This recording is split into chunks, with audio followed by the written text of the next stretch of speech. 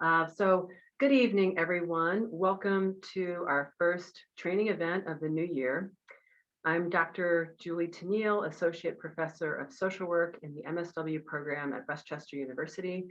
I'm also the Principal Investigator and Project Director for our new Health Resources and Services Administration grant focused on interprofessional education and integrated care with children, adolescents, and transitional aged youth. As always, I'd like to express an enormous debt of gratitude to the team behind the scenes, and this includes Dr. Cheryl Neal McFall, the co-PI and program evaluator, Wendy Myers, our grant program coordinator, Sarah Fisher, our research assistant, and Fatima Bakayoko, our graduate assistant. We're very excited about our two amazing presenters tonight, Dr. Ginneh Akbar, our department chair and superstar social worker, and Dr. Ginneh Mendez, an LMFT and assistant professor at LaSalle University. So the goal of this research and training grant is to expand the numbers of MSW, MED school counseling, and PsyD professionals working with children, adolescents, and transitional aged youth who can deliver evidence-based behavioral health services in high-need areas of our region. By securing a second HRSA grant of over $1.9 million this summer, we are in the amazing and wonderful position of being able to offer 100 new $10,000 and $25,000 stipends over the next 4 years for students in these three Westchester University programs. In the past, this funding has enabled some of our students to pay off credit card bills, car loans, stop working part-time jobs, and just basically enabling them to focus more concertedly on their education, knowledge, and skills of working in integrated care as they prepare to enter the workforce. Additionally, these stipend recipients will be part of an extensive interprofessional training program that we branded EPIC, which stands for Education and Programming in Integrated Care. Over the next year, they're attending 4 interprofessionally delivered training events, including this one tonight, working in final practicums that center direct care services with children, and taking a special elective on advanced clinical practice and integrated care. With over 25 affiliation agreements with community health partners, including schools in the region, this project is focused on long-term sustainability via growing an interprofessional network.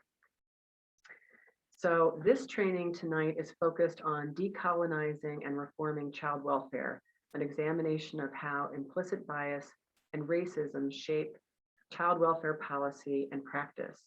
And specifically, the training critically examines child welfare policies and the legal, political, and social forces that influence the structure and function of child welfare systems. Our speakers will focus on some of the major challenges of providing safety, permanency, and well-being to children in the system, and how the stakeholders, including social workers, teachers, lawyers, judges, and the like, often help to maintain and perpetuate the racism and bias that's embedded in the system. And I'd like to introduce these amazing women. So Dr. Ginneh Mendez is an assistant professor of psychology at LaSalle University and licensed marriage and family therapist in Pennsylvania.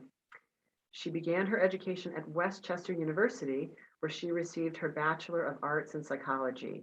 She then pursued her Master of Science degree in clinical psychology at the University of Phoenix. Dr. Mendez then received her postmaster's certificate in couple and family therapy at Drexel University, where she stayed for her PhD, and her dissertation is focused on the influence social media and technology has on ethics and the client-therapist relationship. Along with teaching, Dr. Mendez is currently a rostered child-parent psychotherapist. She works with families in Philadelphia impacted by trauma and addiction. Her research interests include social media and technology, trauma, infant mental health, and multicultural studies. Dr. Akbar's extensive practice experience has reflected her commitment and passion for child welfare and families who've been impacted by trauma. Her work has primarily focused on children and families, providing clinical services in various settings, including community mental health and child welfare agencies. She's worked in direct practice ranging in positions from child welfare investigations to providing evidence-based, trauma-focused interventions like child-parent psychotherapy and trauma-focused CBT. Additionally, she has served in administrative positions providing training and reflective supervision. When her oldest daughter, now 14, was diagnosed with a rare genetic disorder at 11 months old, she was inspired to become an advocate for children with developmental delays and expanded her interest to include early intervention and infant mental health. She received her BS in social work from the University of Maryland, Baltimore County, her MSW from Temple University, and her doctorate in clinical social work from the University of Pennsylvania. Currently, Dr. Akbar serves as Program Director and Department Chair of Graduate Social Work at Westchester University, where she teaches in advanced practice methods, mental health, mental illness, as well as electives she recently developed, the intersection of social work, social movements, and social media, radical social justice, and environmental social work. She recently started Akbar and Associates, a consulting and training firm providing workforce support and staff development training. Welcome everybody, and welcome to our incredible speakers, and feel free to share your screen when you're ready. Thank you so much, Dr. Tennille, for that wonderful introduction.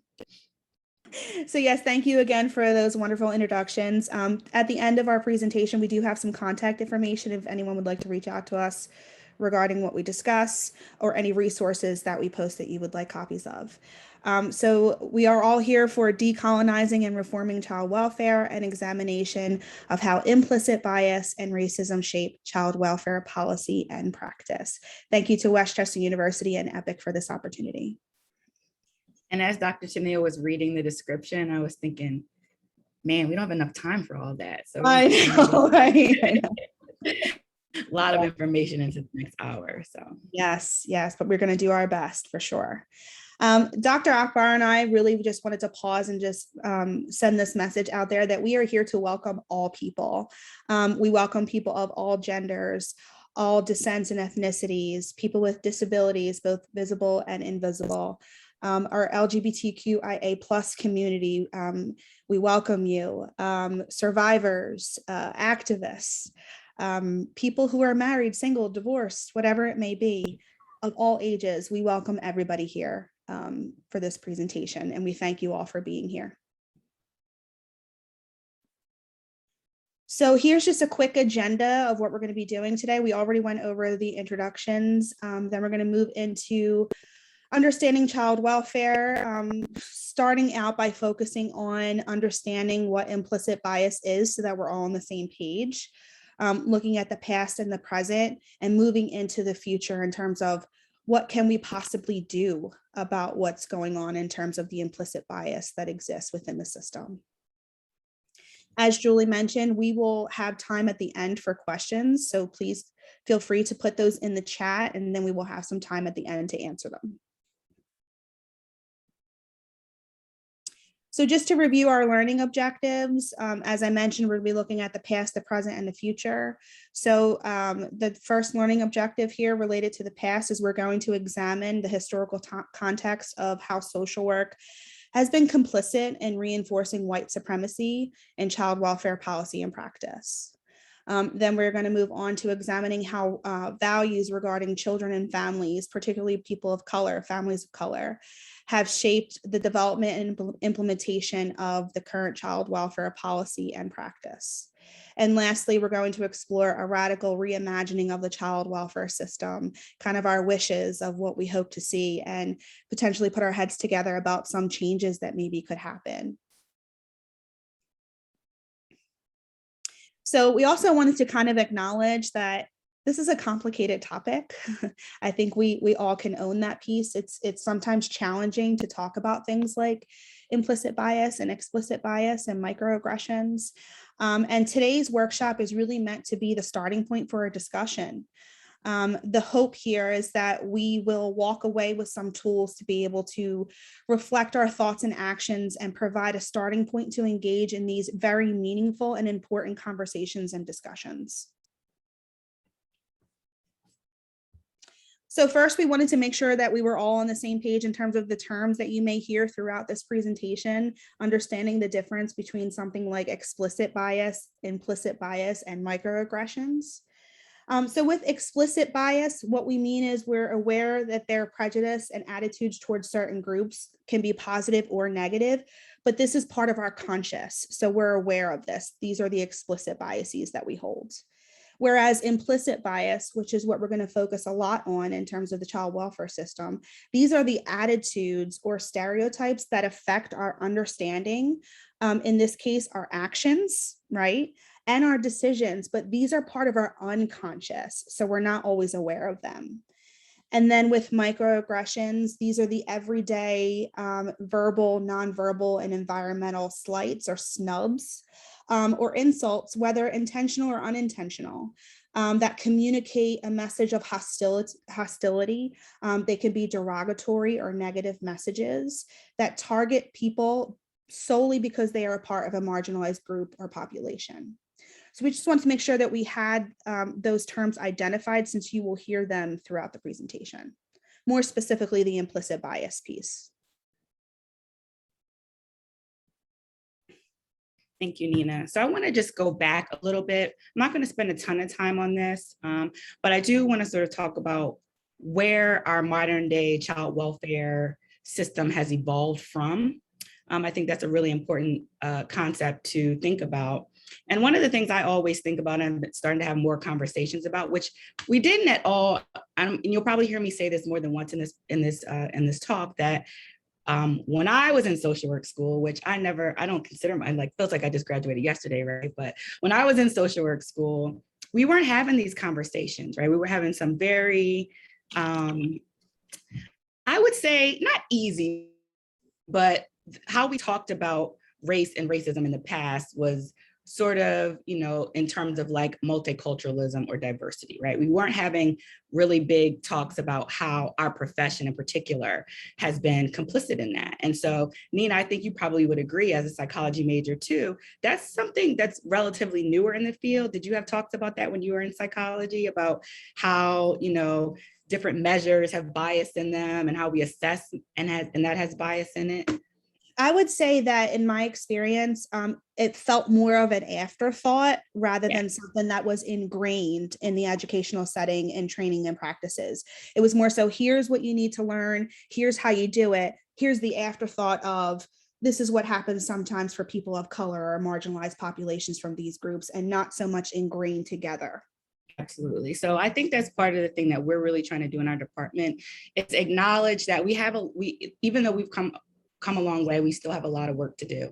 And part of that is acknowledging, what has social works, how have we been complicit in some of the things that are still existing today, right? So when we're thinking about the history of child welfare and the historical summary of child welfare, it has its roots in slavery, right? This idea that people owned and controlled Black bodies, and then also this forced separation of Black families, which resulted in a massive historical trauma.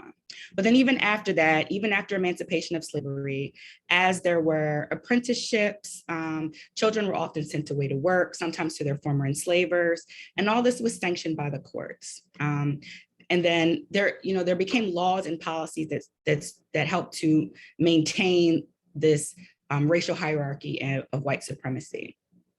So then I'm sure you probably remember, for my social workers here, from your social work 101 and policy courses, about hearing about Indian boarding schools, hearing about orphan trains where kids were sent away, unmasked to different parts of the country to work. And that wasn't necessarily based on race, but it was based on class. So families that were in poverty sent their children away to work for wealthier families. Then we sort of transition into mothers' pensions.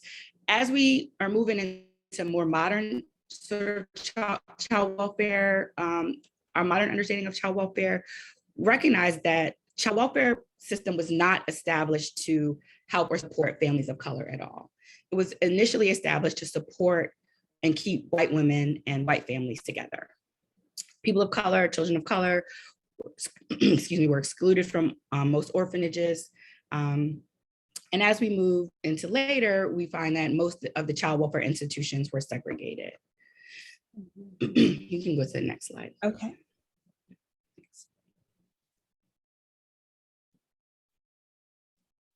So like I said, the child welfare system was not originally designed to serve Black families.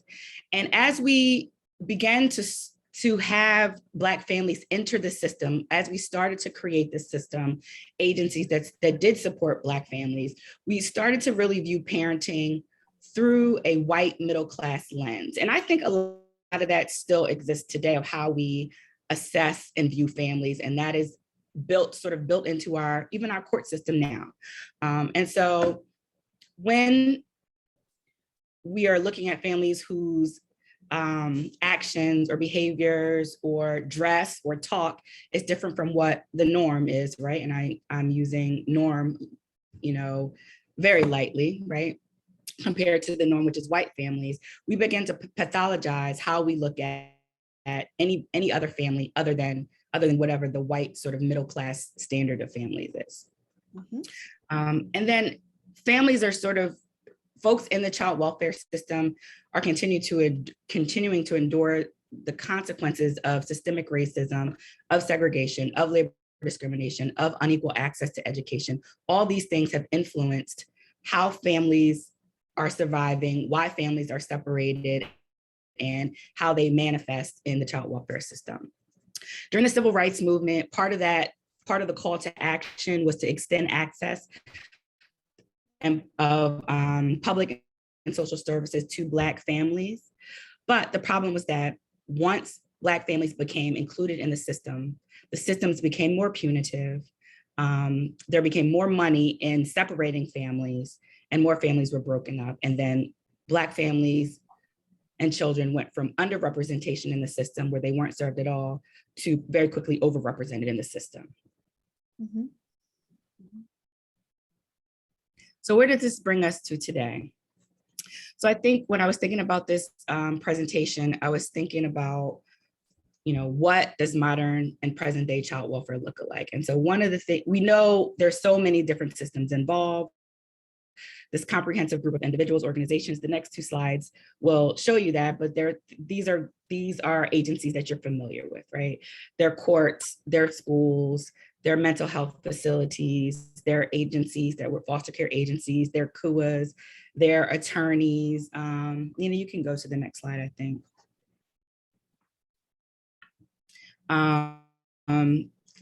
Other, public agencies that are serving families. You can go to the next one too. Community institutions, churches, courts and attorneys, and resource parents, which are like foster parents and kinship parents. And all these folks are stakeholders in child welfare and make up, this broad system of child welfare. But I was thinking about, sort of like personally, how I experienced these agencies and how I experienced my time in the child welfare system. And one of the things I was thinking about was, like I was saying to Nina earlier and just in the beginning, that I was trained to be a child welfare worker. My undergraduate internship was the equivalent of what CWEB or CWEL is here in Pennsylvania, but I was in Maryland. So I had an internship that was placed at what the Maryland equivalency of DHS was, right? It's called DSS.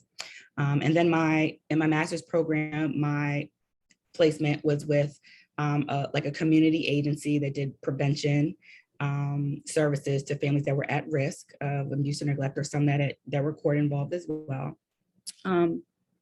But there was no mention, like I said, of these things, of bias, right? There was no mention of racism. There was no mention of disproportionality of how Black and brown children were overrepresented in the system. And so I've been thinking back a lot over, the past few years about how I was inadvertently, a Black woman wanting to do well, getting into the field because I wanted to help children and families, was inadvertently complicit in supporting these white supremacist and racist values that were embedded in the system. And I, to be honest, that really bothers me to this day. And I think a lot about the harm that I did while working in child welfare, not understanding the complexities of how families ended up in the system, why they ended up in the system, what the investigative process was like, and how we pathologized lots of the families that came in and assessed lots of the families that came in. I'm thinking back to supervisions that I've had. I'm thinking back to supervisors that I've had who've given me directives. Thinking back to some of the conversations in group supervisions or in staffing when we're assigning cases, and the ways that we talked about families, right? Which are not ways that you would ever want to hear anyone talk about a family, especially now understanding that the reason these folks end up in our systems is because of a whole lots of reasons, and not necessarily just one reason that has to do with their failure as a parent, right? There's lots of systemic reasons why people end up in the system. But I feel like in my education, I didn't really have attention to that. And so thinking back, I wonder, how much better of a worker would I have been if I'd had more of a wide angle lens about what the child welfare system was really like. You can go to the next slide. So the goals of the child welfare system are supposed to be supporting families in crisis, ensuring the safety, permanency, and well-being of children in foster care, and the prevention of child maltreatment. So part of that is intervening with families before the abuse and neglect occurs, responding effectively to the child abuse and neglect allegations, and then helping children that end up in the system in foster care thrive while they're there and beyond. But the question I'm asking, the question that we're all asking is, does this system work for everyone? And what does this system look like in practice? So I don't know if a lot of you are familiar with this term. I was made aware of this term probably about a year ago. So instead of people of color, instead of using the word minority, which I never liked, I now use the phrase I use the phrase people of the global majority, because when you look at it across the world, people of color are the global majority.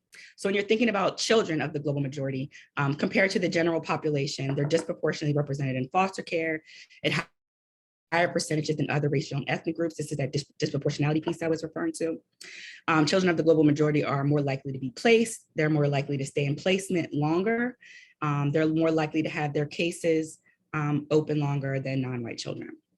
And when controlled for poverty, children of the global majority still have a 42% lower probability of leaving custody. So they're overrepresented in placement. They're more likely to be placed. They stay in placement longer. Their cases are open longer, and they have a harder time getting out of the system once they get in.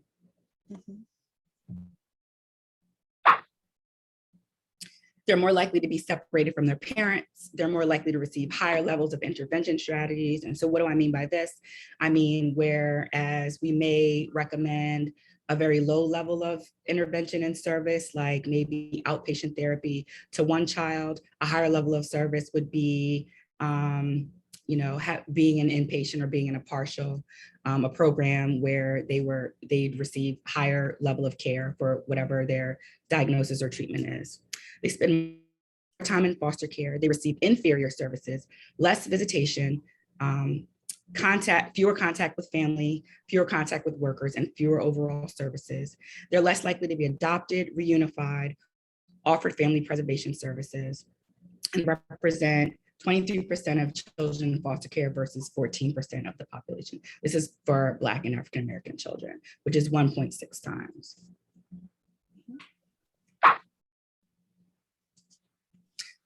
White children are more likely to receive mental health services such as psychotherapy and counseling than ethnic minority children. White children receive stronger legal advocacy for mental health services, higher judicial preferences for such services.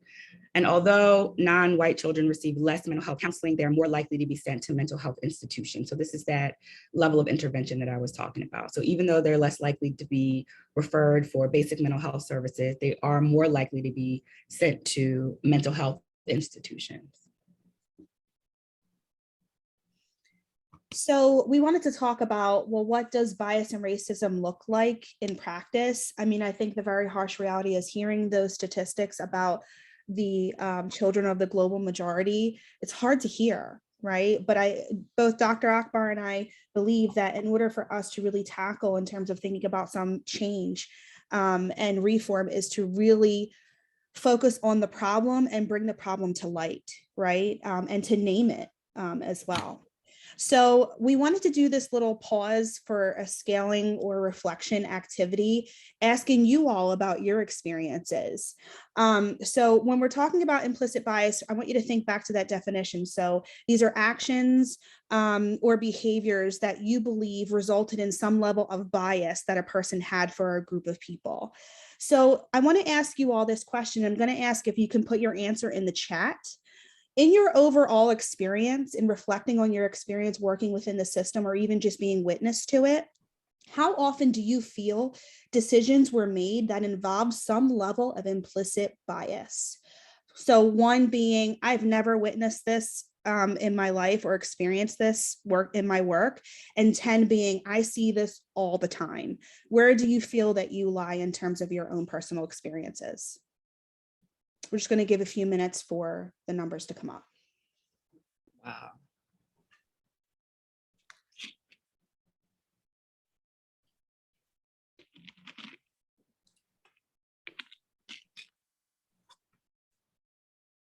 Wow. Wow. Wow, indeed. Yeah. When Nina and I talked about doing this activity, we said, well, we'll probably get a range of responses. I should not be surprised, but yeah. I think we were holding on to hope, but I appreciate all of your honesty in terms of just, again, just naming it for what it is and calling it out for what it is too. So thank you for your answers.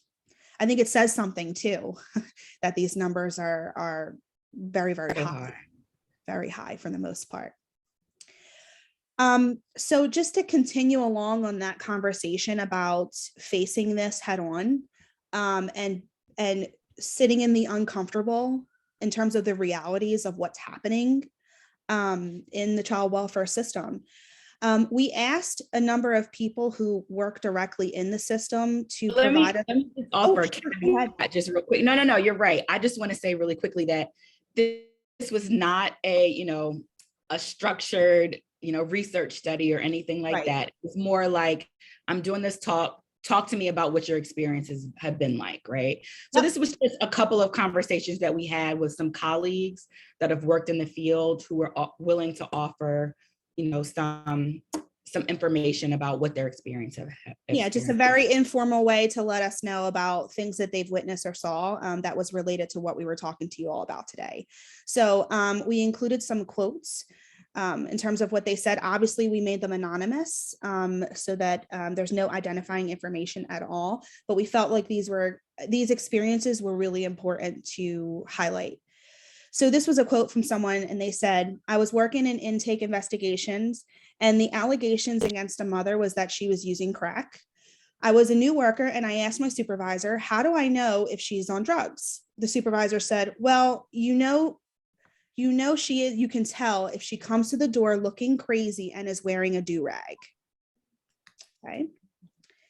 Moving on to the next one. Part of our job was to check and make sure there is food in the home. The child in question was an infant, and I told my supervisor they may not have food, the baby may be breastfed. The supervisor told me to make her breastfeed the baby in front of me.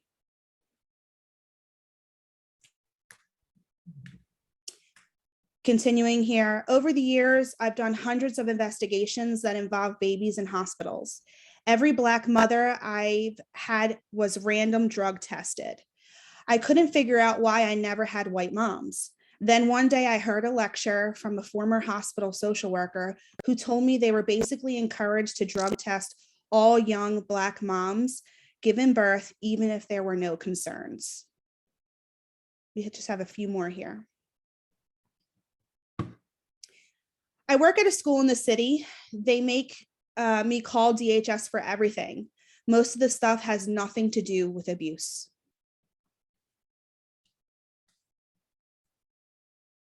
I had an intake where the family was moving. The kids were not there. I was instructed to go through all the bags to make sure the children were not in the bags.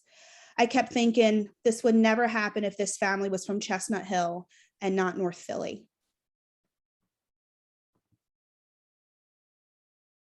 I'm always in family court. There's hardly ever any white families there. Sometimes I'm there for hours and don't see one. I don't understand why white families don't end up court involved. And it feels weird that there are so many white people, judges, lawyers, social workers making decisions about Black families.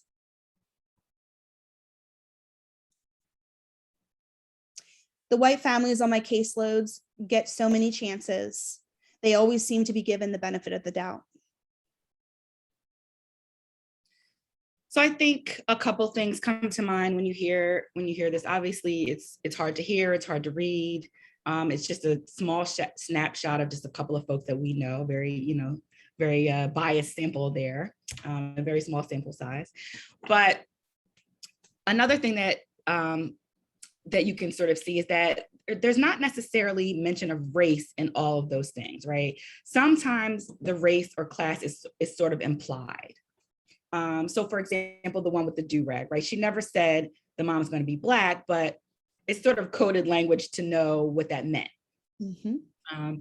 So sometimes, I think that when you're hearing these stories, when you're getting some directives from supervisor, when you hear people talking about families, they might not specifically mention race, but you know that from the context, what they mean, a lot of times. So why else is this important, right? It's complex. The social problems are complex. Racism is complex. Policy is complex. The responses to policy is complex.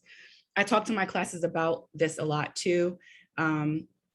Who gets to decide what is a problem, right? And so when we're talking about particularly policy responses, who defines the problem? So if people who have less power generally are not able to say, hey, this is a problem, we need a response to this.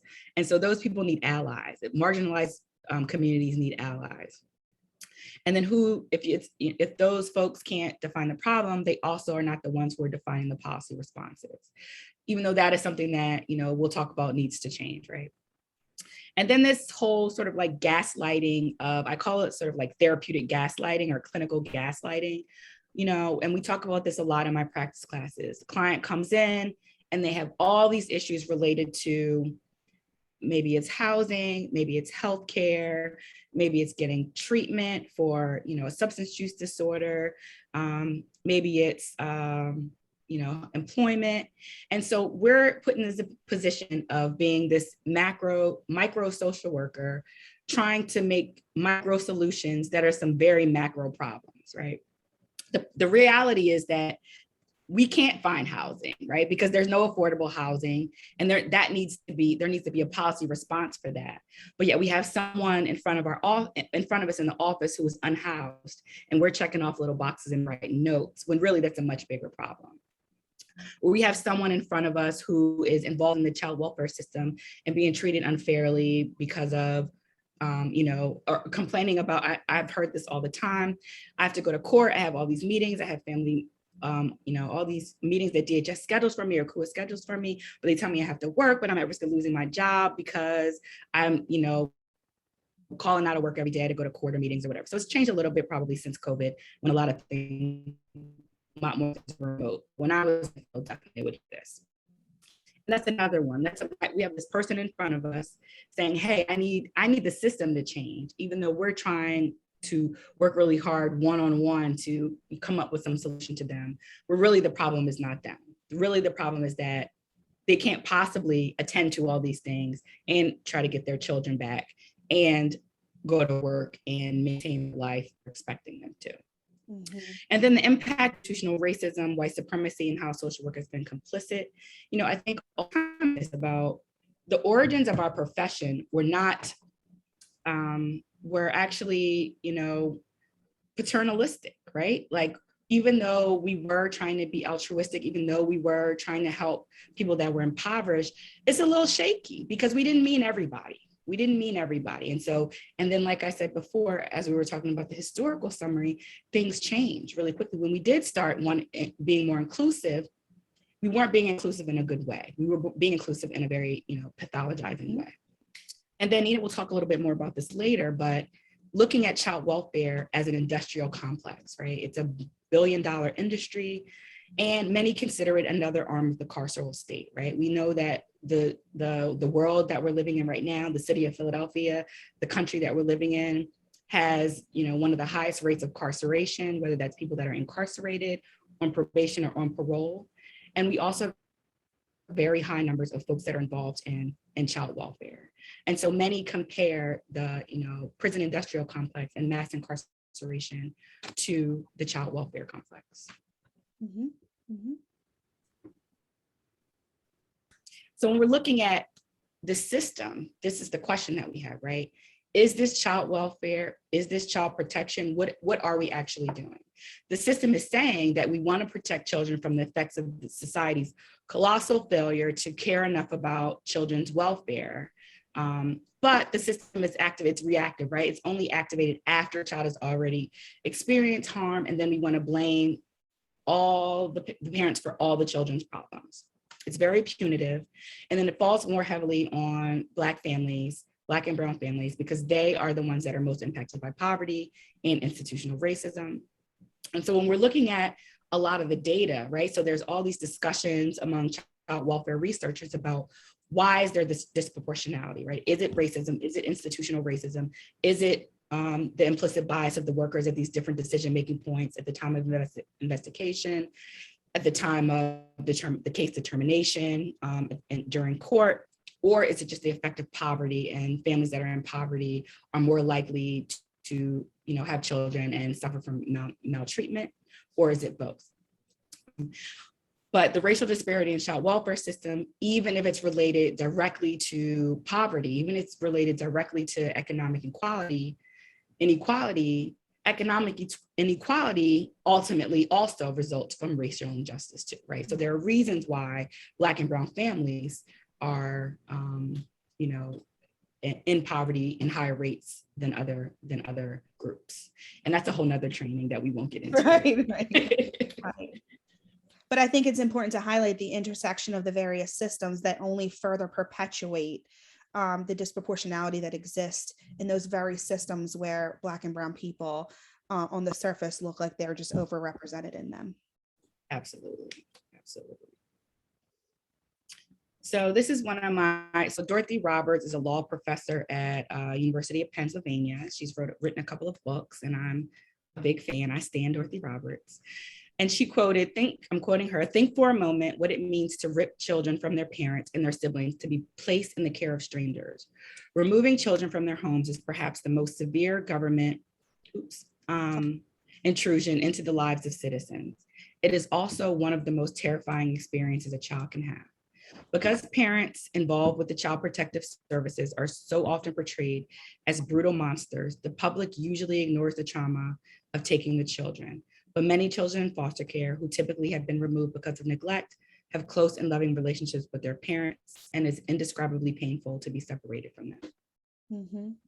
I was telling Nina earlier about a story that still haunts me today that I feel so much guilt and shame about. When I worked for DHS, I had a family, I think I was actually partnering with another worker who had a family, two children that were removed from their home and placed in the care of relatives. Part of the placement with relatives, the family has to go through the typical foster care, credentialing process. Part of that process was making sure that the home was complete and home inspection. And so for whatever reason, this particular family had something wrong in the basement, like there was a leaky pipe in the basement or something was broken, and they couldn't pass the home inspection. So we were instructed the night before Thanksgiving to go remove a 1 and a 2-year-old from the family's home. The family was all there preparing for Thanksgiving the next day, and take them out of this home with the pipe in the basement where these little children couldn't even walk to, certainly wouldn't interrupt their care, certainly wouldn't cause them any harm, and move them into a foster home with complete strangers on a holiday. And so I always think about, like I said before, I've never been trained to talk or think about, we were taught to think about what is in the best interest of the child in terms of safety. But what Dorothy Roberts is talking about is not only safety, but also well-being. And how, thinking back to that moment, what would have been more traumatic and hurtful for those children? Would it be the leaky pipe in the basement, or was it ripping them from their family on the eve of Thanksgiving and putting them with complete strangers? Quite clearly, you could see what the answer to that is. But because of what the policy said, right, this arbitrary policy about this home has to be to this standard, we inadvertently cause more trauma for children. Now, had this family, and I, this idea that I'm about to talk about, I see this manifest in lots of systems, and I even see this in academia too, right? So people that have maybe more agency or more resources, or who are encouraged more to speak up, maybe would have fought that. They maybe would have had a lawyer on, that they could call and say, hey, this is wrong. Let's get this emergency pipe fixed. Let's do this right now so that we can make sure that these children can stay here. But this family either didn't think to do that, didn't do that. And I certainly wasn't advocating for them to do that because I just didn't even know that I could. I didn't even realize, I was a 23-year-old social worker, right out of my master's program. I had no idea I was actually doing.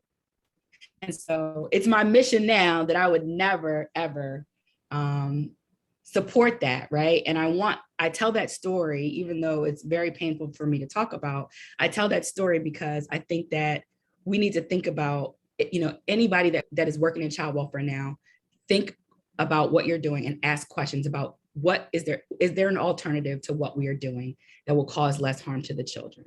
And I think that is the thing that I was not always taught. Mm-hmm. So why does this matter? Go to the next slide, Nina. This is, exactly what also what Dorothy Roberts was referring to. The research consistently demonstrates that on average, the act of forced separation of children from their parents is a significant source of lifelong trauma, regardless of how the separation lasts. And I really think that's the part that we ignore and underscore. That beyond this initial trauma, multiple studies have documented that children who are removed from their homes are at risk for a host of negative outcomes, including low educational attainment, homelessness, unemployment, economic hardship, unplanned pregnancies, mental health disorders, and criminal justice involvement. Mm-hmm.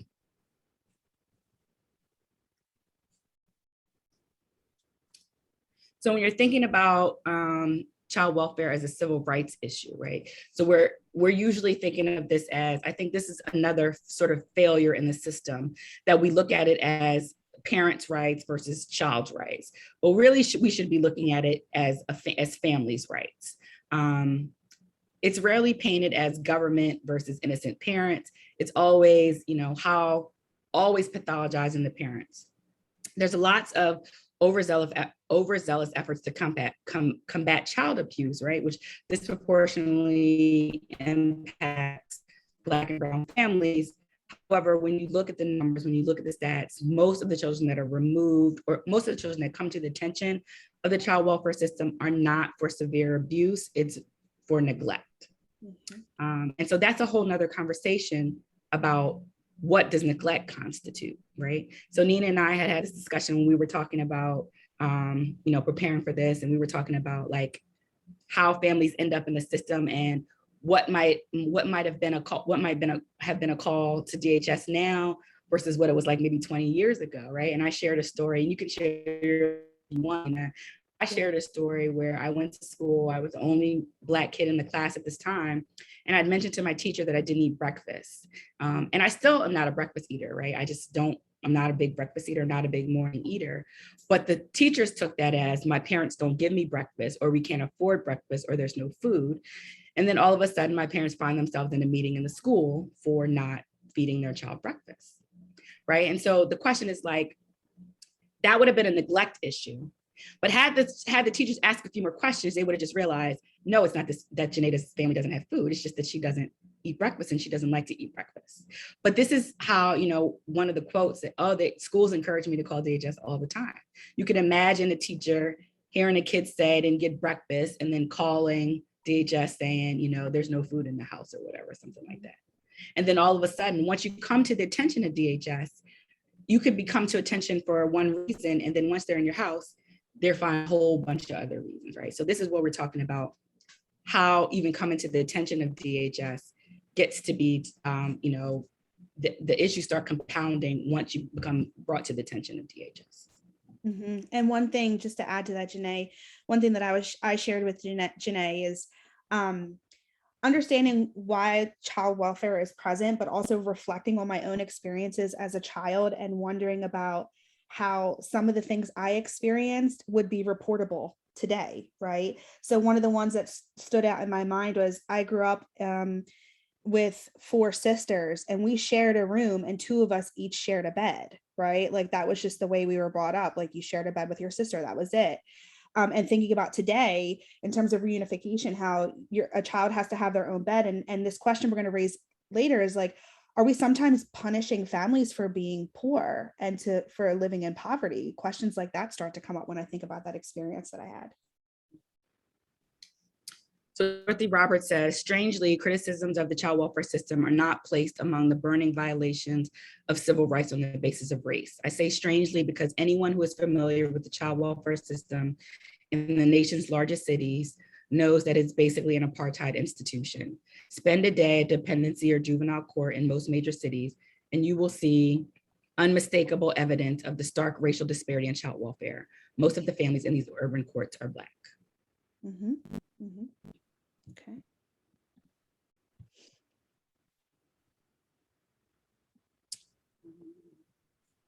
So we're thinking about, like why these disparities exist. And these are sort of like internal, external, macro, micro sort of reasons. So like I was saying before, some of the research is that's trying to sort of answer the question of why these disparities exist. Some of them are saying it's because of racial bias, because of an individual at certain points. The first point is at the point of reporting. So who is reporting, right? Like we talked earlier about who the major players in the child welfare system are. It's the mental health, it's all of us, right? The mental health professionals, the social workers, the teachers, people working in schools, people working in churches. So is it an individual, is it some implicit bias by that individual person? Is there some bias in the person who's making the determination of whether we should investigate? Is there bias about the person who's deciding who should get services and who shouldn't, who's recommending placement and who should not be in placement? Is there bias in, looking at what kinds of foster homes are available and where kids should go and should be placed? And then of course, looking at the larger systems that we're talking about, right? Like the effects of institutional racism, the effects of the systemic inequalities, and the effects of poverty overall. So it's very important for us to not just talk about how challenging it is, but also to think about what could possibly happen in the future and how some changes could potentially be made. So we do want to focus on the future in terms of a hopeful perspective about how things could get better. So this is a quote from Thurston that says, "There is a structure to white supremacy, misogyny, and all systemic abuses of power. Change the actions, change the story, change the system," right? So it's a multi-layered approach that has to come from all different angles in terms of thinking about how we could create some positive and meaningful change in a system that, as we've talked about, has been perpetuated with things like white supremacy and implicit bias. So when we think about reimagining the system, there's a couple different areas that we could focus on. First, I think it's important for us to acknowledge, and we're going to talk a little bit about what this is, but we have to adapt a anti-racist, anti-oppressive, culturally responsive practice, right? So we're going to talk about like how it's not enough for us just to not be okay with racism, but we have to ask ourselves how we can be anti-racist and anti-oppressive as it relates to these policies and practices that exist in the system. So in mental health, social work, legal, medical, educational, clinical, the list just goes on and on. We have to build relationship with community organizations and the natural support systems that exist for these families. Thinking about policy changing too, we obviously would have to make some changes in the policies that exist within the child welfare system. Thinking about how poverty really is the challenge here and working towards eliminating poverty, increasing economic safety nets for families, approaching child maltreatment as a public health issue rather than a nuisance that has to be taken care of in our city and our state. Of course, we have to address the financial aspect of it, right? As Dr. Akbar mentioned earlier, this is an industrial complex. The removal of the financial incentives of the child welfare industrial complex could be a starting point to making some positive changes. We alluded to this earlier, but thinking about how many of the children that are removed in the child welfare system are removed because of things like neglect, right? But we have to ask ourselves the very honest question, are we just punishing them for being poor and then placing them in foster homes where those foster parents then get cash and money incentives to take care of that child? Why couldn't we just funnel some of those resources to help support the families who are living in poverty and leave the children with their family support system rather than traumatizing them further? So it's about redistributing those resources to biological families rather than removing the child from their care and then providing resources to foster parents to help take care of them.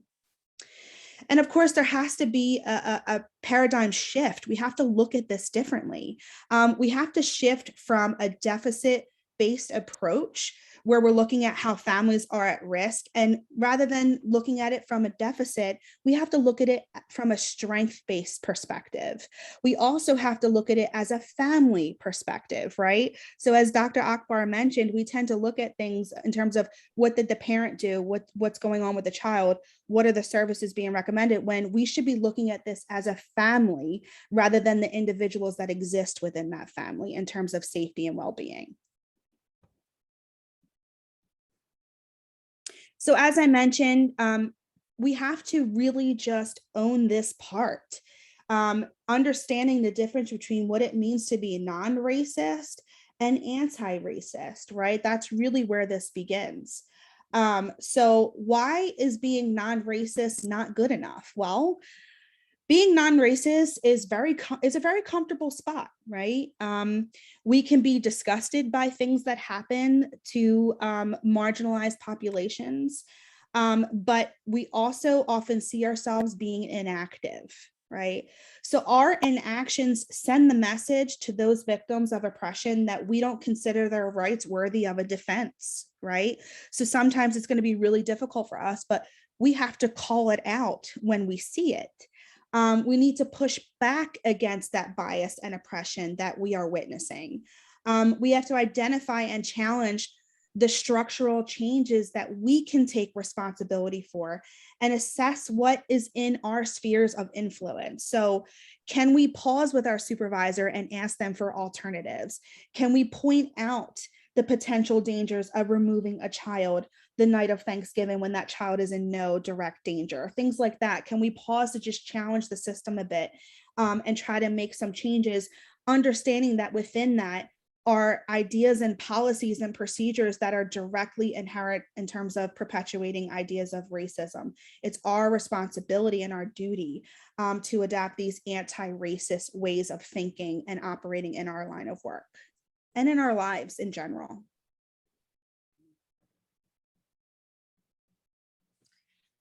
Is this me? I think this is me. Yeah. Now, right? What else, how else does anti-racism look in child welfare representation, right? So like talk about this a lot in my classes and social work, that we don't just want to be diverse, right? We don't just invite you to the table and then not let you talk, but we want to invite you to the table and value what you're saying and listen to your thoughts and your feelings and take your recommendations, right? So it's not just having a diverse audience or having diverse input.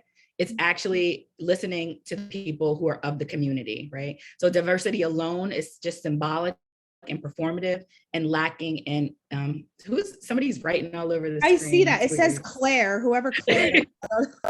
Claire's writing all over. Claire's scribbling on the screen. All right. Okay. Diversity alone is symbolic and performative, right? And lacking in equity and commitment. This is an important part, and this is a hard part, like organizational self-assessment, having your organization take a look at what their policies and practices are, and whether those policies and practices have institutional racism and bias embedded in them. And then also requiring equity training, race training for the staff, for the participants. And this is not just, I see this sometimes too. It's like, oh, the folks who deal with the clients need to take this training, but no. Looking at this as an organizational commitment, everyone in the organization needs to make a commitment to becoming anti-racist and anti-oppressive practice, right? So that means from the CEO, that means the supervisors, that means everybody who's involved at all in the agency. I used this example once. I did a training, and this particular training, it was about being trauma informed, right? And so I was talking about when you want to have a trauma informed agency, you don't just train the staff that's seeing the staff that's face to face with the clients. You really have to train everybody in the organization. And so a student shared, that was a participant in the training, shared that they were trans.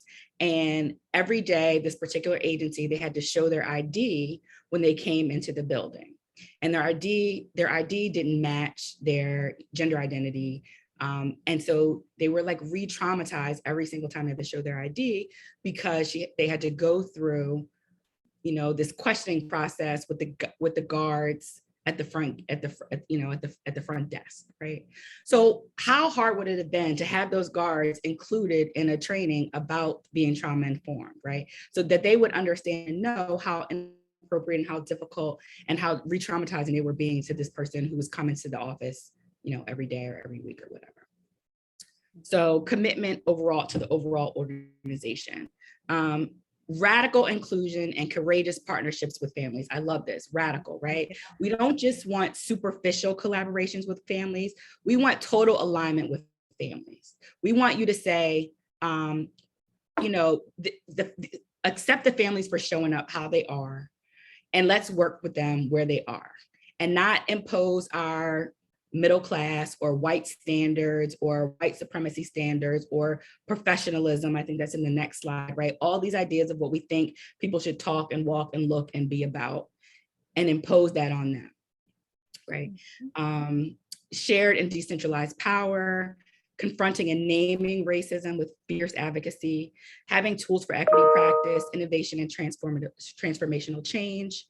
And then also anti-racist data collection, right? Looking at how we're collecting data, looking at our tools, making sure that these tools are culturally competent and, and analyzing the bias that could be in our tools. We know that, I think that you can go to the next slide too, Nina.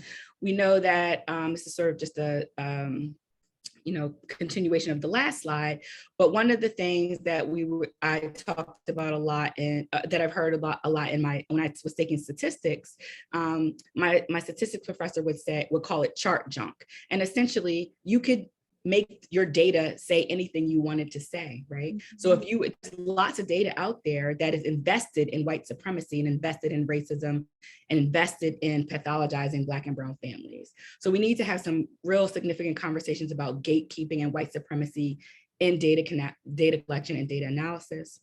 Having inclusive representation versus tokenism, right? That's just like, we're not just inviting you to the table, but we're giving you a spot at the table to really talk and include. And then exactly. And then interrogating white supremacy in traditional social contracts. We've been having lots of conversations about this in our department, right? What does professionalism look like? What are these standards of professionalism and hierarchy and civility about how you should look, right? Does a mom who shows up at court with her bonnet on deserve the same respect as someone who shows up in court with a dress on? The answer is yes. And if you said anything other than that, then we should right. And we taught you nothing. Exactly. It's like how people show up in the world is based and how we, categorize them and assign them how much we should, respect we should give them based on how they look, right? And there's lots of that happening all throughout the child welfare system. This mom didn't talk like they would, like we think they should. Their voice was a little bit louder. They use these kind of words. They didn't dress like I thought they should dress. That's no reason that anyone should have their children taken away from them and that they should remain in the child welfare system any longer, right? But we need to have these conversations about how these white middle-class standards and values influence child welfare decision-making. Mhm, mhm. So the next slide we have is we're not going to have time to show it, but we will share these slides with Claire's doodles also on them.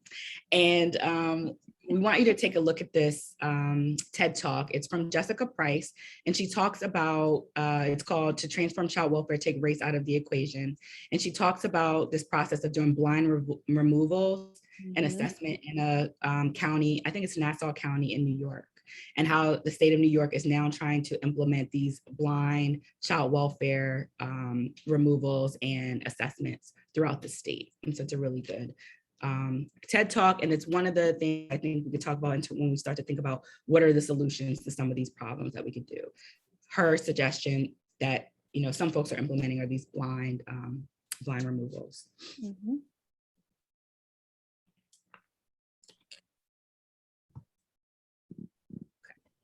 So we're not going to also have time for this either. We're going to do some breakout rooms, but I'm hoping that people can just jump in maybe in the chat and just tell us some things that you're thinking about. What are ways that we can support families without over-policing, without surveillance, and without child welfare involvement, right? So like, for example, if, we were talking about different examples, in this talk, of things that people have called in for, like the lunch, like the breakfast issue, like the bed issue. What are some alternatives, right? So like, I know that there is very severe cases of abuse and neglect that we need to address, right? So I'm not talking about necessarily about those cases, even though child welfare abolitionists would say the whole system needs to go and we need to revise the whole system, and even in cases of severe abuse and neglect. But for our purposes, we're just talking about in general, thinking about some of the reasons where you've been encouraged to call, or cases that you've seen or heard about or that involved in the system.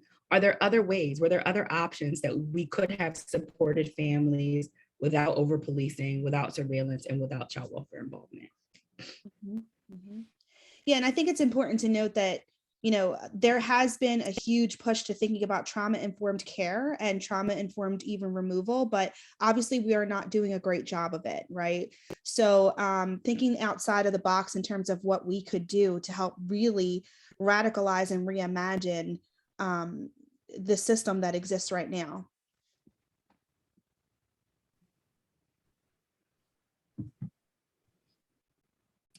So Nina, should we read some of these? Yeah, sure.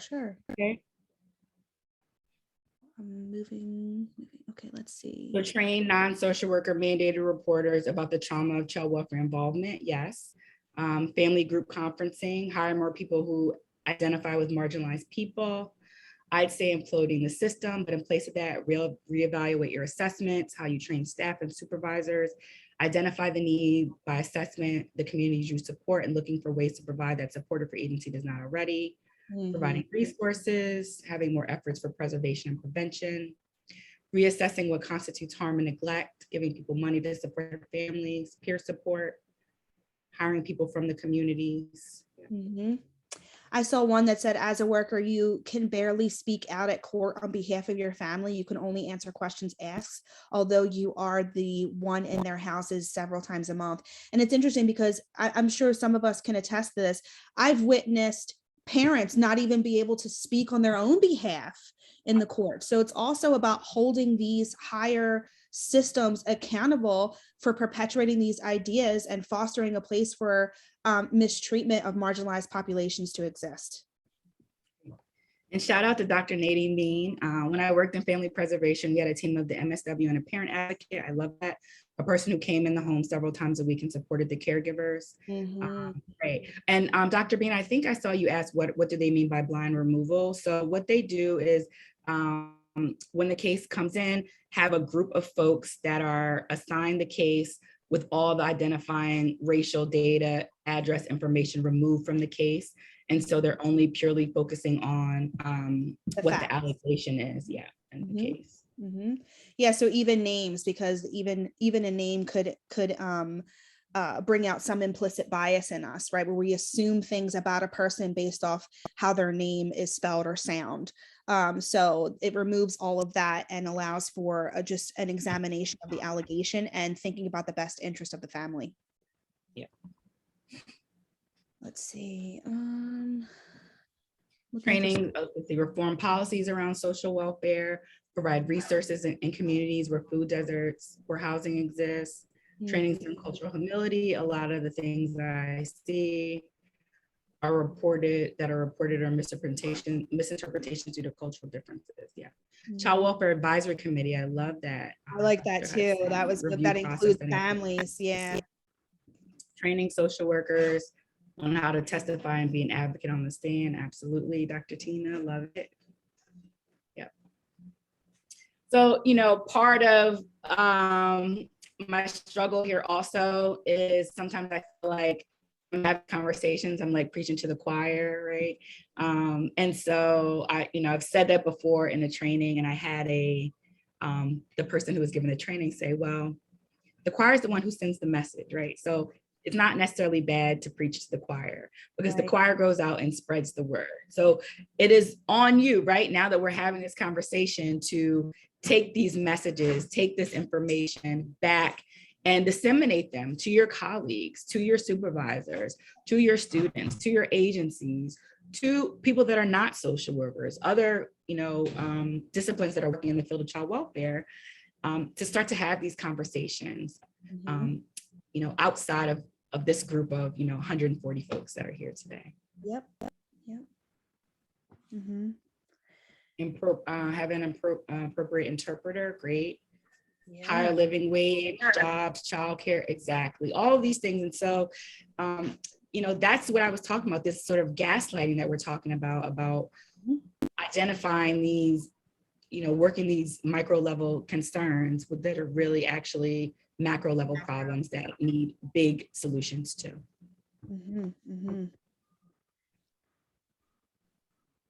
Nina, you can go to the next one, I think. Okay. I was reading all these amazing comments and suggestions. I'm like just enthralled in them, but okay.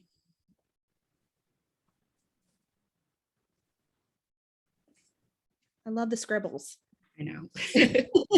So some of these we've talked about already. What are some necessary public policy and systemic changes? Having this open dialogue. We're doing this now. We're giving you the charge to go out there and do this. Having more training to all the stakeholders who are involved about institutional structural racism and the impact on policy. Having more comprehensive reviews with community members included, with community partners included, to make sure that there's representation at the table. Having culture for fair and free assessment measures. Less dependency on inherently biased psychological assessments to determine custody, reunification, adoption, and termination of parental rights. Funding support for culturally relevant prevention and intervention program services, like family group decision-making, values for life, kinship care, and other faith-based initiatives. And then employment of healers and helpers at all levels of leadership, staffing and contract that reflects the cultural, spiritual, religious, and racial backgrounds of the population served. Sometimes I do training on anti-racism and implicit bias for different agencies as part of my company. And one of the things I always tell folks is that it's not enough for you to have people working in the field that are representing the population that you serve, but do you have people on your board that are representing the people that you serve? Do you have supervisors and administrators from the community that are representing the people that you serve? And so sometimes the agencies are always like, oh, wow, I didn't think of that, as they're sitting there with the all Black and brown, frontline workers, even though I hate that term, and then all white and sometimes, mostly male administrators and board that are making decisions about policies that impact the community, and no one from the community represented on the higher levels of, staff and involvement. And adding to that, Ginneh, even our educational institutions, like how there's such a lack of representation there, and thinking about how that just, again, just creates this system of white ideas and perpetuating the ideas of white supremacy when there's a lack of representation sometime in educational systems, and how that just kind of further along that message that we're talking about here. And if by sometimes you mean all the time. Yeah, right, exactly. Okay, you can go to the next slide. All right. So there is a movement, like I was saying before, we're almost done here, but there is a movement for child welfare abolition. And I think we're sort of in the right time, place, and space to start to have these discussions. You know, we're having this, you know, what they're calling this big racial reckoning, even though I'm like, yeah, Black people knew this all the time, that everything was racist, but, you know, for argument's sake, we'll say we're having this big sort of racial moment about racial justice. And, you know, we hear a lot of talk about defunding or abolishing the police, but there is also a movement to abolish the child welfare system too. So Black and Native children are surveilled, over-policed, over-removed by the child welfare system, so the system should be dismantled. So there's this upend movement that is sort of founded by the Dean of the University of Houston School of Social Work, Alan Detlef. And so he says that the movement for abolition of foster care and child welfare system as we know it, he calls for the abolition of the movement because we view the safety and protection of children as resting with families and communities first, and understanding that the separation of children from their families is rooted in racism that can cause more trauma and harm.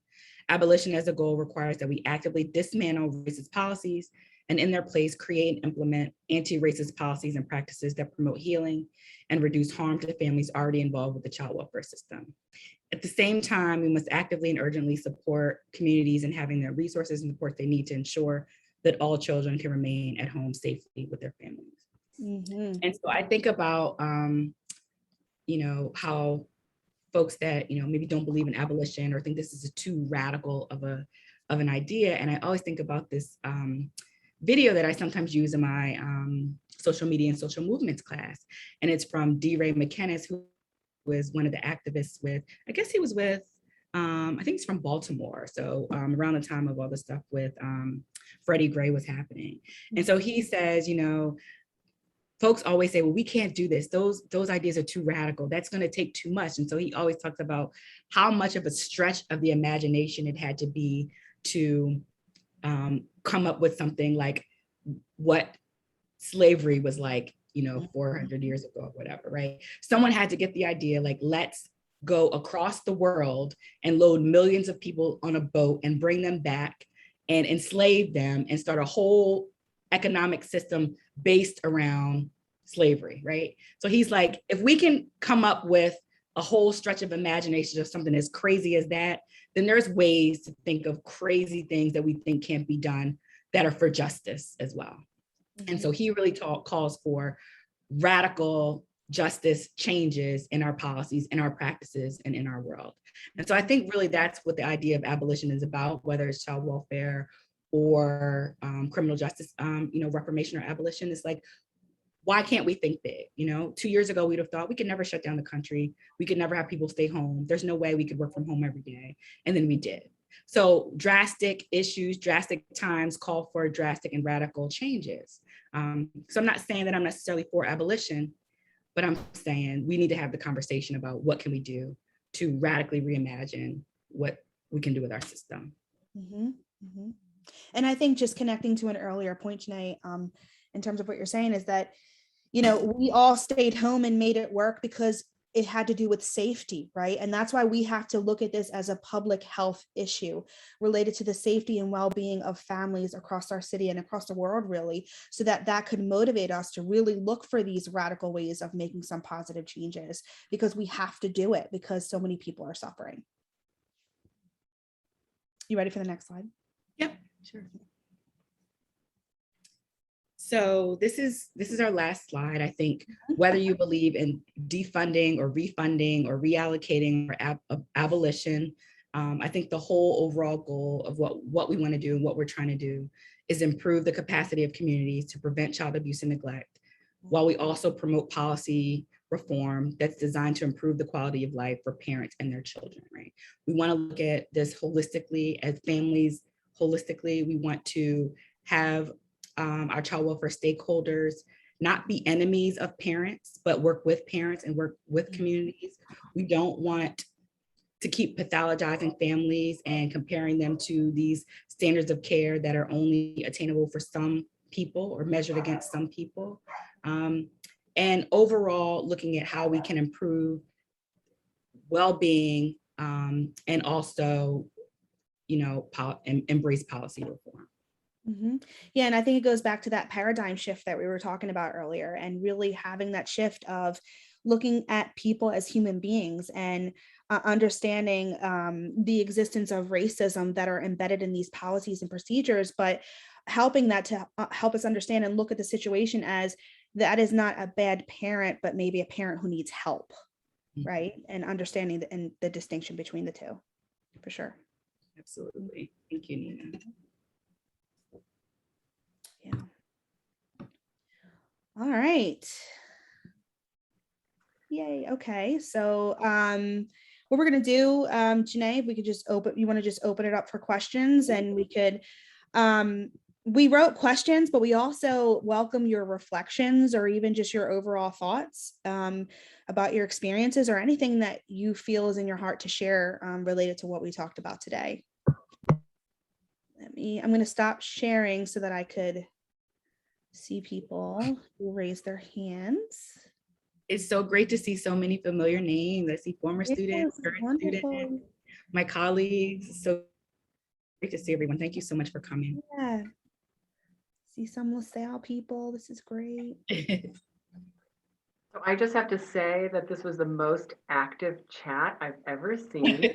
So I know that you all have questions. And first of all, thank you so much, Dr. Mendez and Dr. Akbar. That was a really incredible presentation. And I know that we'll have some discussion and there's bound to be like tons of questions. So let's keep it going. We have until like I got my little schedule here, like 7:50 for questions and comments and discussion. Great. Looks like I see, is it Kari Graves? Yes. Hi, yes, and thank y'all so much. This was very informative, very engaging, and I really appreciate it. My question kind of ties back into what you guys were saying. Two things you guys were saying. One about how, we can make stats, say what we want them to say. And two, kind of how, mothers and fathers involved in the system are, portrayed as monsters. So my question is kind of how do we go back and look at the stats that helped create these kind of pictures of these people critically, knowing that some of them may have been manipulated to tell a certain picture. How do we kind of go about redoing the image of people in this system while also pushing back on the fact that some of these stats may have been, manipulated to tell a certain story about them? People have so much hope in stats, they can never be wrong, the whole numbers don't lie thing. So how do we get people to understand that, the stats that told us these people are monsters and terrible and it happens so much, so often with parents of XYZ nationality, how do we get them to question those in order to see these people as human, which they are? Yeah, that's a great question. I think, and Nina, you could jump in. Yeah. I think, we need people to tell the truth, right? We need you to, like I was saying, I was like that naive little social worker. None of y'all have that excuse now, right? So we need you we need people to speak up. We need truth tellers. We need social workers to be advocates. And I'm not minimizing how difficult that is to do, right? So I fully recognize I have a very protected position where I can come on here and tell you everyone's the whole system is racist and we need to abolish the child welfare system, and that's fine. I recognize that everyone doesn't have that level of privilege, whether they're a student, whether they're a new social worker, whether they're in a position that, is a little shaky, right? So I realize that you have to have some decorum about how you talk about these things, and I realize that this can be difficult. But I do want to say that there is a way to have these conversations, and there is a way to partner with people who have more power, right? So if you can't say it, you're going to say, I'm going to email Dr. Akbar, and she's going to help me have this conversation with my supervisor or my agency, right? I know this professor, Dr. Akbar and Dr. Diaz, and they like Dr. Mendez-Diaz, and they like to come in and do anti-racism training. How about you come into our agency, right? We can start those, help you start those conversations. So I think that part of it is ourselves, right? We have to be brave enough to stand, right? And if we don't have, we're not in the position to be brave, or we have, not in the position that we have enough privilege to do that, then we employ help with people who are like-minded, who will help support us. Mm-hmm. Yeah, and I think to add to that, we often hear trust the science, trust the science. I think there's a tremendous amount of value in that, right? Don't get me wrong. But I also think it's almost our duty to also look at the data and have a question about it, and not just think that because someone wrote it, that must mean it's absolutely 100% true. Like, I think it's our duty to kind of pause and be like, yeah, but what if? Wonder about that, think about it. And my hope is that all of you do research on it, where you're thinking about these different areas that we discussed today, so that it could shed light on them a little bit more. One of the things that we're really working to do in our department too, we're talking about decolonizing our curriculum, right? Mm-hmm. And decolonizing our syllabi. So looking at who are the researchers that we're using in our syllabus, who wrote the articles and the books that we're using. So if we're talking about Black families, if talking about how to engage with the LGBTQIA plus community, why are we not using researchers and writers who are of that community, right? So that's one of the ways that you help to get different voices heard, and not just have people writing about marginalized communities, but people of the communities giving you data, giving you information about the communities. Absolutely, yeah. Next question is from Nadine Bean. Sorry. Okay. I realized I had to unmute myself just now. I am blown away by this presentation, and I thank you. Thank you. You made this all possible, Dr. B. Well, and now the team continues incredible work. But I just wanted to, I wrote it in the chat, but I will say it out loud too. And that is, there is a conundrum here that I'm struggling with, because I work in volunteer capacity with all kinds of child and family advocacy organizations and trauma-informed organizations, and trying to spread that. And that is, during the pandemic, sadly, the incidence of violence, personal violence, intimate partner violence, child maltreatment, gun violence, child deaths as a result of severe abuse has increased. Mm-hmm. And so, I'm the person that kind of clutches at my heart, thinking, okay, abolish child welfare system, and yet these horrific things are going on. And I experienced long ago in working in child welfare in Baltimore County, there were child deaths, and it was horrible. It was absolutely horrible. Mm-hmm. Yeah, thank you for sharing that. I mean, I think that's definitely, a hard reality to hold. Yeah. That there are children and families that are, severely impacted by severe abuse and neglect. And also, it's not a but, right? It's a but and. We know that so the thing is that the bias hurts non-families of color as well. Because if we're over focusing on families of color, that could also mean that we're not paying enough attention to other families where there's some things going on as well. So this is how the racism is hurting all the families. Mm-hmm. So that's one thing.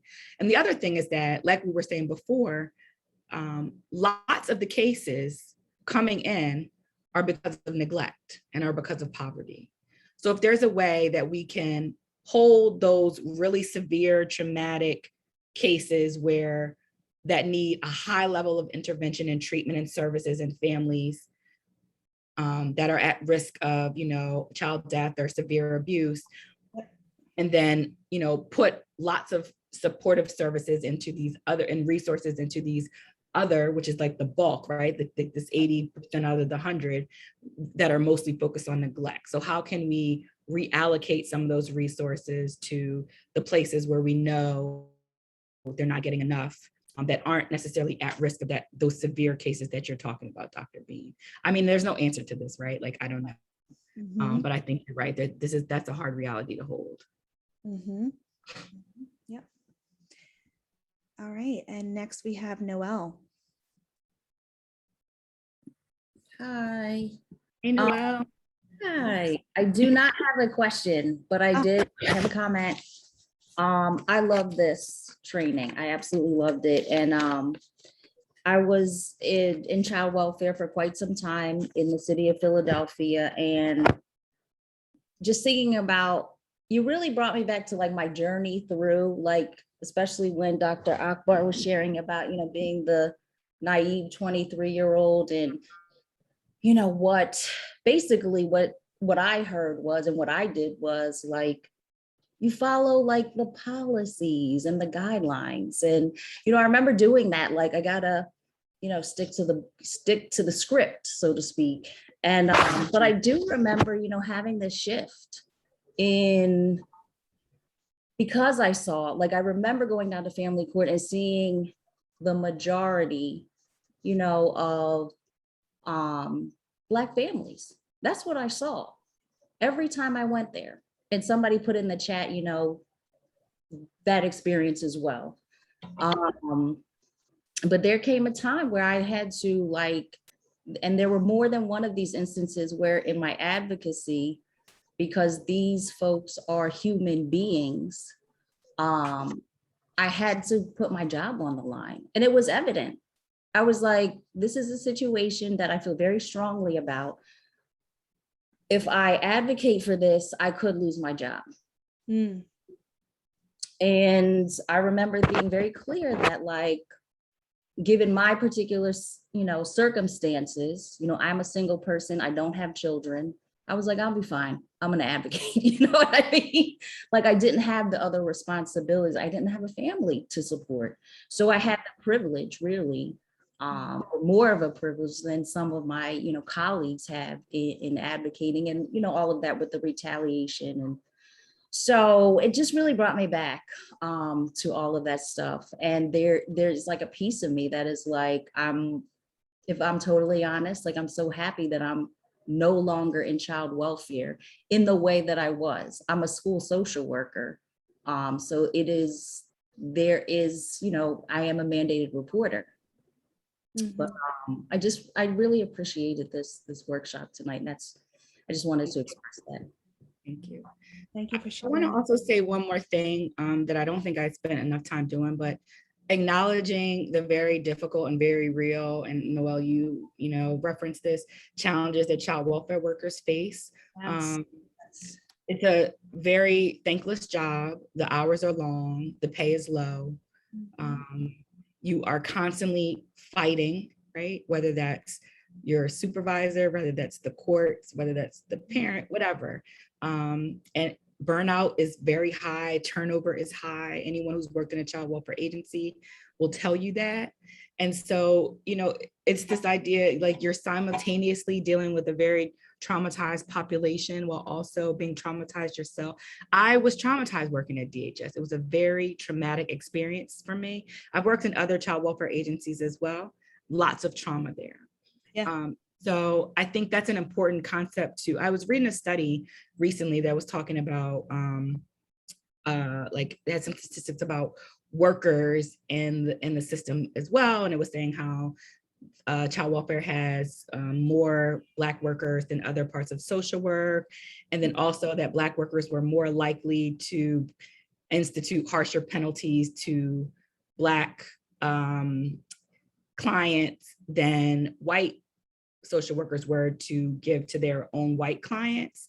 And so it just made me think about how pervasive institutional racism is, right? And so like, and how pervasive the trauma is. Part of my dissertation was interviewing child welfare workers. And one of the things that's always sticks with me, they said that, I got in this to help people, but what I end up actually doing is covering my ass all the time, right? Yeah. It's not a matter of best practice, but it's a matter of keeping my name out of the paper. And that's a real different lens to view your clients and your families than it is to think about best practice, right? And so that's what's driving some of these policies that people are saying, right? Like that's the reason why I was told to take those babies, because if something happened and that case ended up on the inquiry the next day, they were going to look for somebody to throw under the bus. Right. Right. They would have needed a name. They would have needed somebody to blame for something happening, for a kid falling in a puddle or whatever in the basement, right? Yeah. And so I think it's real important to recognize we can't I don't want to put all the blame on child welfare professionals and stakeholders without also recognizing that they are victims of the system as well, like all of us are. The system is not, there's enough blame and enough trauma to go around for all of us. And I think I want to just recognize those of you that are working in the field and just, just acknowledge how hard it is to do the job. Absolutely. Thank you, Noelle. And do we have time for one more, Julie? We're good? So we have about eight Yes, minutes. Gotcha. we have a handful of minutes. Yep, for sure. Great, thank you. Rodney. Yeah, so I want to say thank you for having this. I learned so much just about the child welfare agencies and yeah, just about this. I was never really into learning about child welfare, but just right here changed my whole perspective on it. But also I remember like in the beginning of this slide, it was like anonymous people saying were quotes up, and one thing that said is there's more white people in the courtroom for Black families or something of that aspect. And that brings me back to my previous position. I was working answering the Philadelphia Domestic Violence Hotline.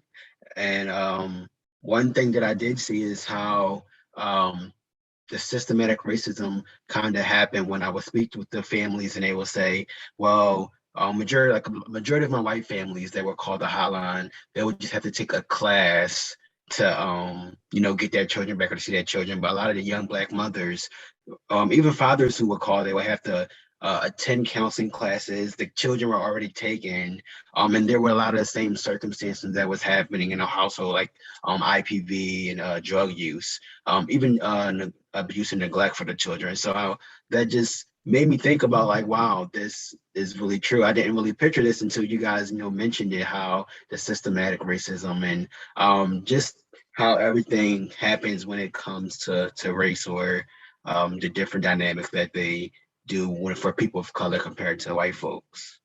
Yeah, that's a really, really powerful reflection, Rodney. Thank you so much. And Ginneh and we were actually talking about this throughout the day, just about the very harsh reality of marginalized populations, Black and brown people, going to court for substance use disorder, right? And their white counterparts will get ordered to treatment, and the children will be removed for the Black and brown families.